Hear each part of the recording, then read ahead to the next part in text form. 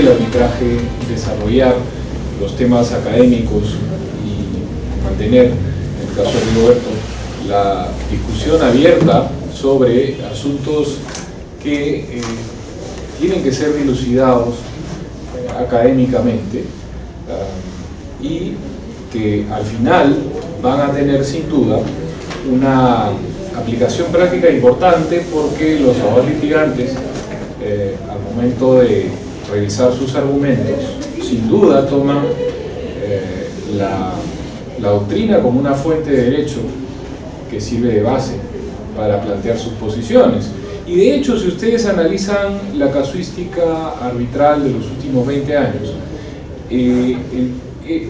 los casos siempre se han movido adelante de este telón de fondo de la discusión de la jurisdiccionalidad y la naturaleza contractual del arbitraje.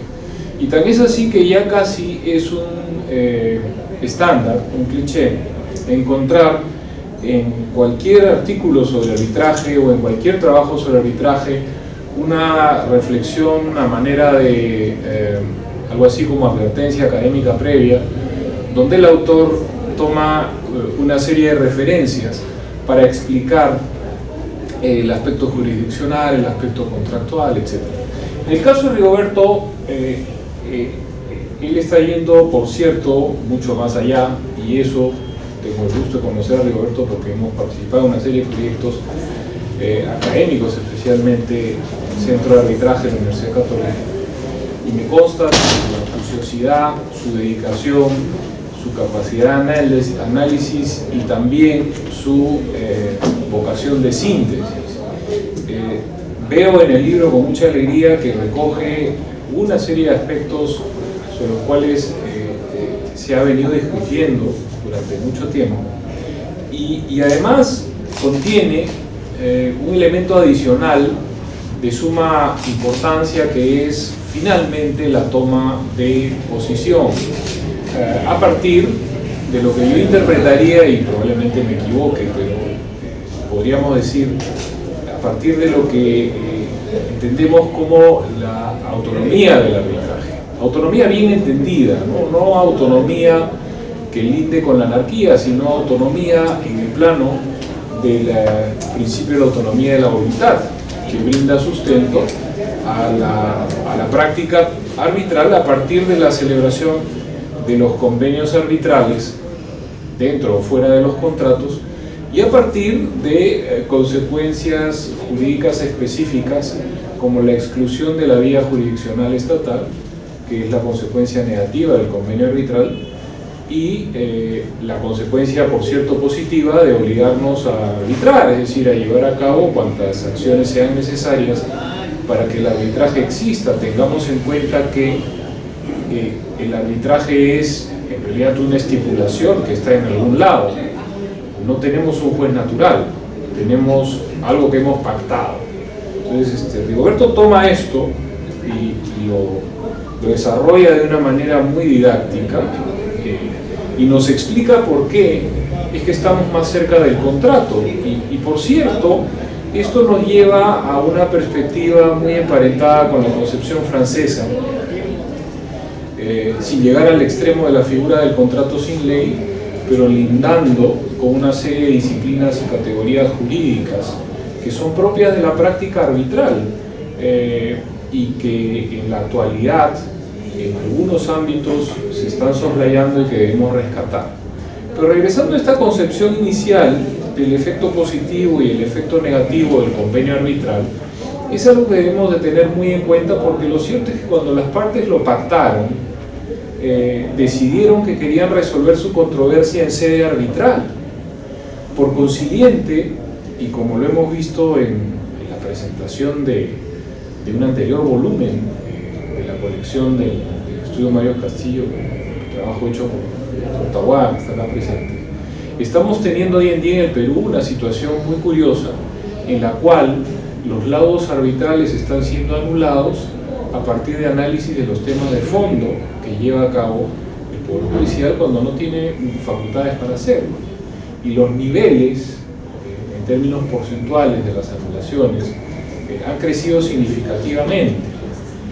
Solo para tener una idea, las cifras en el ámbito comparado demuestran que un nivel razonable de anulación de laudos es de alrededor del 3% del total de anulaciones planteadas. En el Perú ya estamos alrededor del 18%. Esto, digamos, puede ser jurídicamente interesante, pero desde el punto de vista estadístico y desde el punto de vista institucional, lo cierto es que es grave que estemos en un nivel tan alto de anulaciones, especialmente a partir de análisis sobre los temas de fondo para los cuales la autoridad jurisdiccional no está autorizada, valga la redundancia, porque las causales de anulación obedecen a razones eminentemente formales. Pues no puede revisar el fondo, no porque el laudo sea sagrado, sino porque existe un convenio arbitral de base que viene de atrás, a partir del cual las partes pactaron la exclusión de la vía jurisdiccional.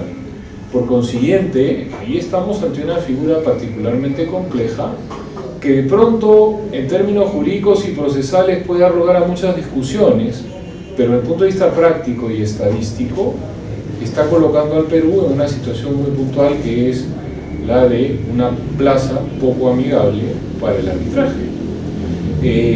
Esto, en un contexto donde prima la competencia, genera efectos prácticos muy puntuales.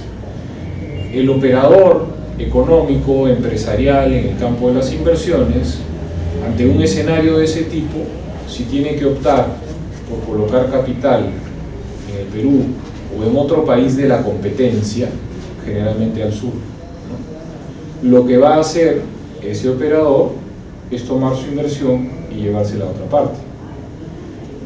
Sobre eso todavía no hemos hecho estudios, pero es altamente probable que estemos ante este crecimiento de anulaciones laudo ante un indicador que nos debe llamar profundamente la atención.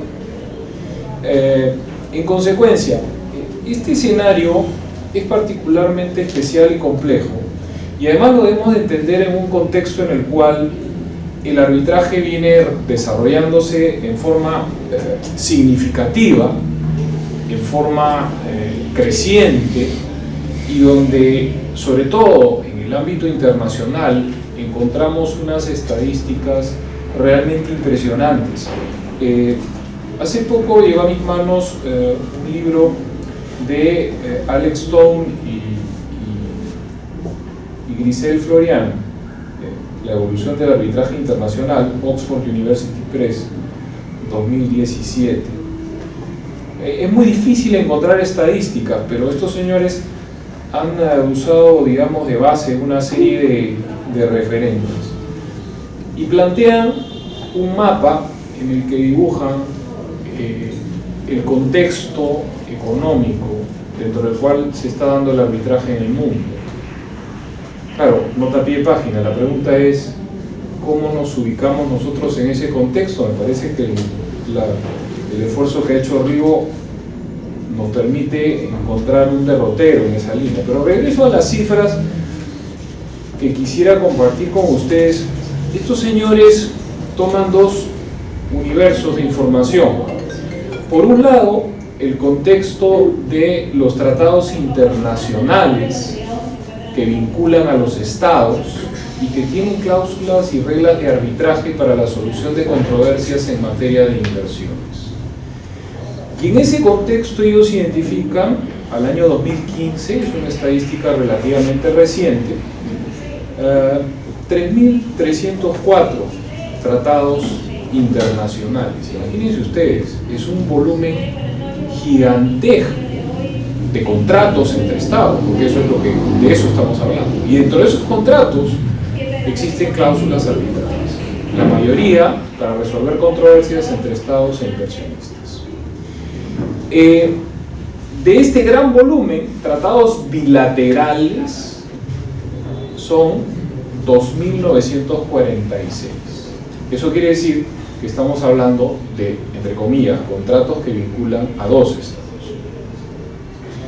Y estamos hablando en el 2015 de 696 casos arbitrales a nivel global, donde se discuten miles de millones de dólares. Estamos hablando de casos que no se someten a las jurisdicciones locales.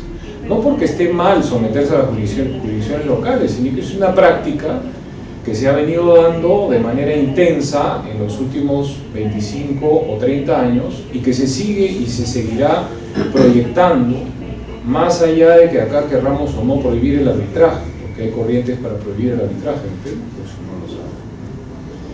Fíjense, estamos hablando además en el ámbito comercial privado de un universo ya no de arbitraje inversionista de Estado, sino de arbitrajes comerciales privados, de un universo al 2013 de 109 casos arbitrales, donde hay alrededor de 500 millones de dólares en controversia. Pero, además, hay un universo de 58 casos al año 2013, arbitrajes comerciales privados entre privados. 58 casos donde se discute por más de $1 billón, en el ámbito privado exclusivamente. Y finalmente hay 9 casos en esa época registrados por este estudio, donde se discute por más de $10 billones. Son montos elefantiásicos de dinero que se discuten mediante arbitrajes, ojo, en este caso, comerciales privados. En el caso de los arbitrajes en inversiones, que es el otro rubro, la casuística sobre un universo de 165 casos revisados en el estudio, nos dice que hay alrededor de 48 por $1 billón, 48 casos, y 7 por 10 billones, y el resto por $100 millones. Imagínense ustedes las cifras exorbitantes. Y acá sí estamos hablando de arbitrajes entre estados e inversionistas. Finalmente, hay que decirlo, el laudo arbitral que ha terminado mediante una decisión que produjo la orden de una indemnización, el pago de una indemnización más intereses, es el caso Yukos, que involucró a Rusia por $50 billones. Eso es lo que ordena el laudo, más intereses. Esa es la realidad económica, estas son cifras duras, estamos hablando de cantidad de casos y de montos involucrados. Seguramente en los próximos años podremos apreciar mayor información al respecto, y los autores redondean esta data de una manera bien interesante y nos dicen que entre el año 1980 y el año 2010 se ha producido un incremento radical del comercio internacional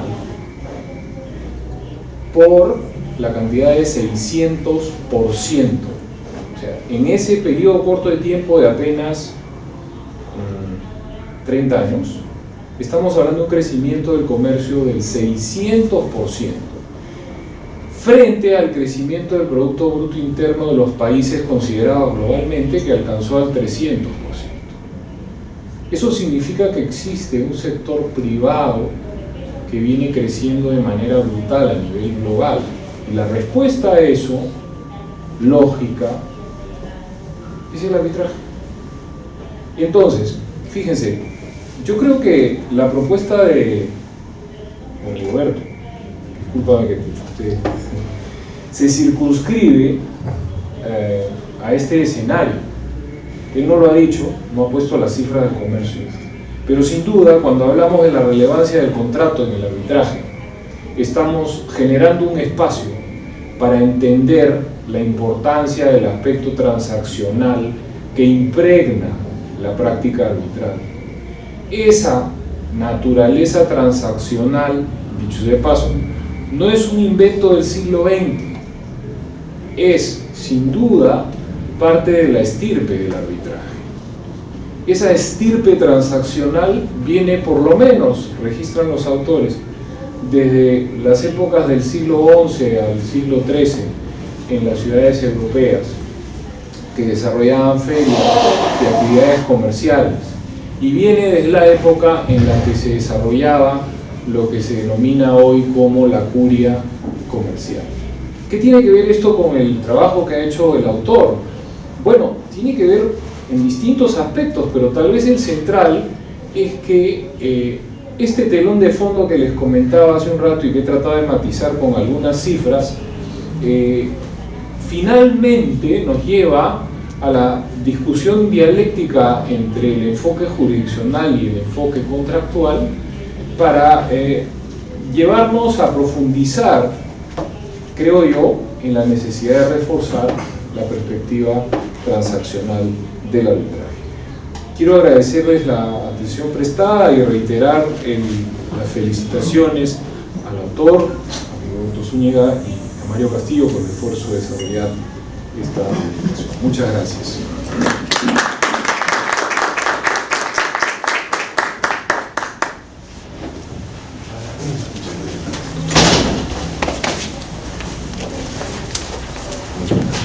Gracias, doctor Anton Müller, por su comentario esta noche.